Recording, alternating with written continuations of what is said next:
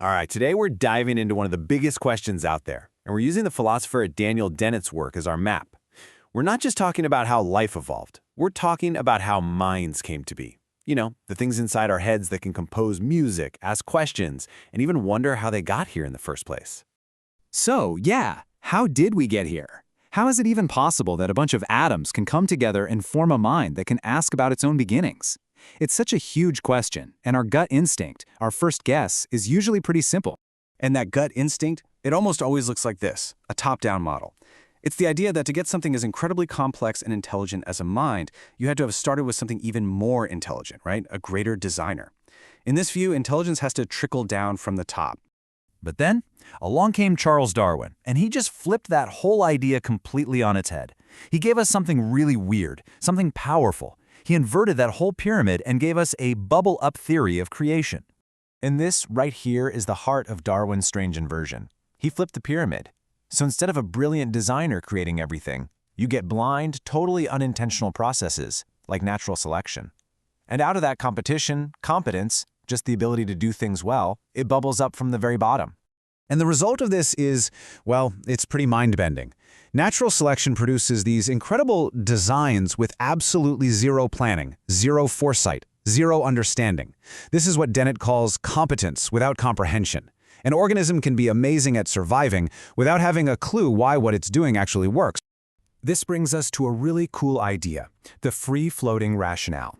It just means that the reason a design works, the why behind it, can exist out there in the world long before any mind comes along to figure it out.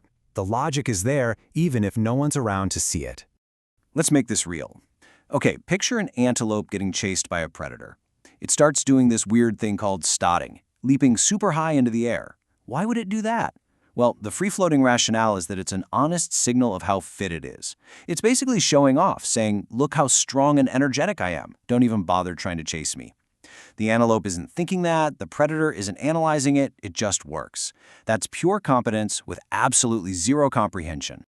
Okay, so what if this whole bottom-up, bubble-up process doesn't just stop with biology? Dennett argues that this is the exact same logic we need to understand how human culture evolved and, believe it or not, how our actual minds are built. So, to get this, we need to talk about memes. And no, I'm not talking about the funny pictures with captions you see online. In the original sense, a meme is any piece of culture, an idea, a word, a way of making a tool, even a tune, that copies itself by spreading from one mind to another. It's a replicator, just like a gene is. Now, this is such a great way to think about it. Imagine our brains are the biological hardware we're all born with.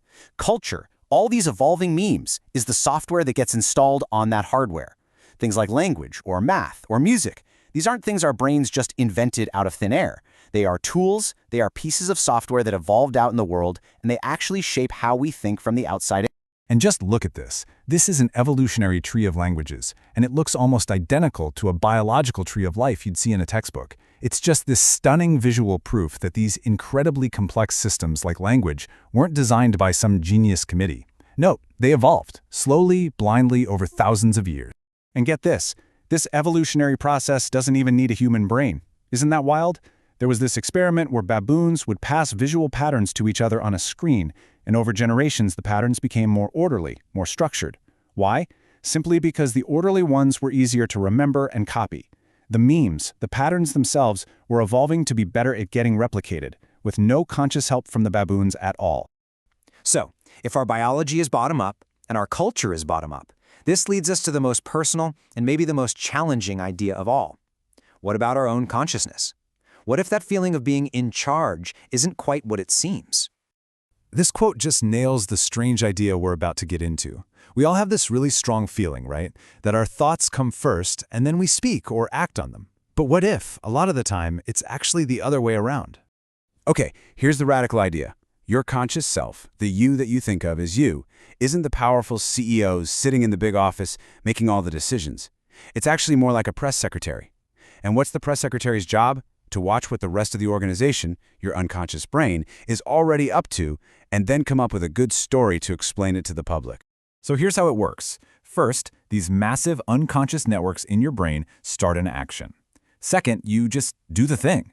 And it's only then, third, that your conscious mind, your inner press secretary, jumps in and creates a perfectly reasonable story to explain why you did what you just did.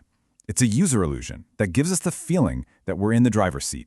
This whole journey from biology to culture to our own consciousness, it brings us right up to today. Because this exact same pattern, competence without comprehension, is literally exploding all around us.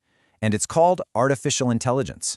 I mean, think about Google Translate. It's incredible. It has mind-boggling competence. It can translate between languages faster than we can even think. But it has zero, and I mean zero, real-world understanding of what the word love or chair or freedom actually means. It doesn't know what a chair is. It just knows what other words tend to show up around the word chair.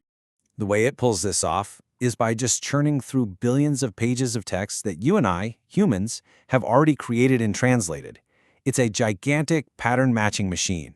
Its competence is, in a very real sense, completely parasitic on the comprehension of all the people who generated its data. And this brings us to Dennett's really critical warning for all of us, right now. The big danger isn't some science fiction movie where super smart robots take over. The real immediate danger is that we humans will mistake the amazing competence of these AI tools for actual comprehension, and will start letting them make decisions that they are just not equipped to make. And so we end up right back where we started, but with a totally new way of looking at things. The story of life, culture, and maybe even our own minds is this story of competence bubbling up without anyone really understanding why. Now we are building machines that are the ultimate example of that principle.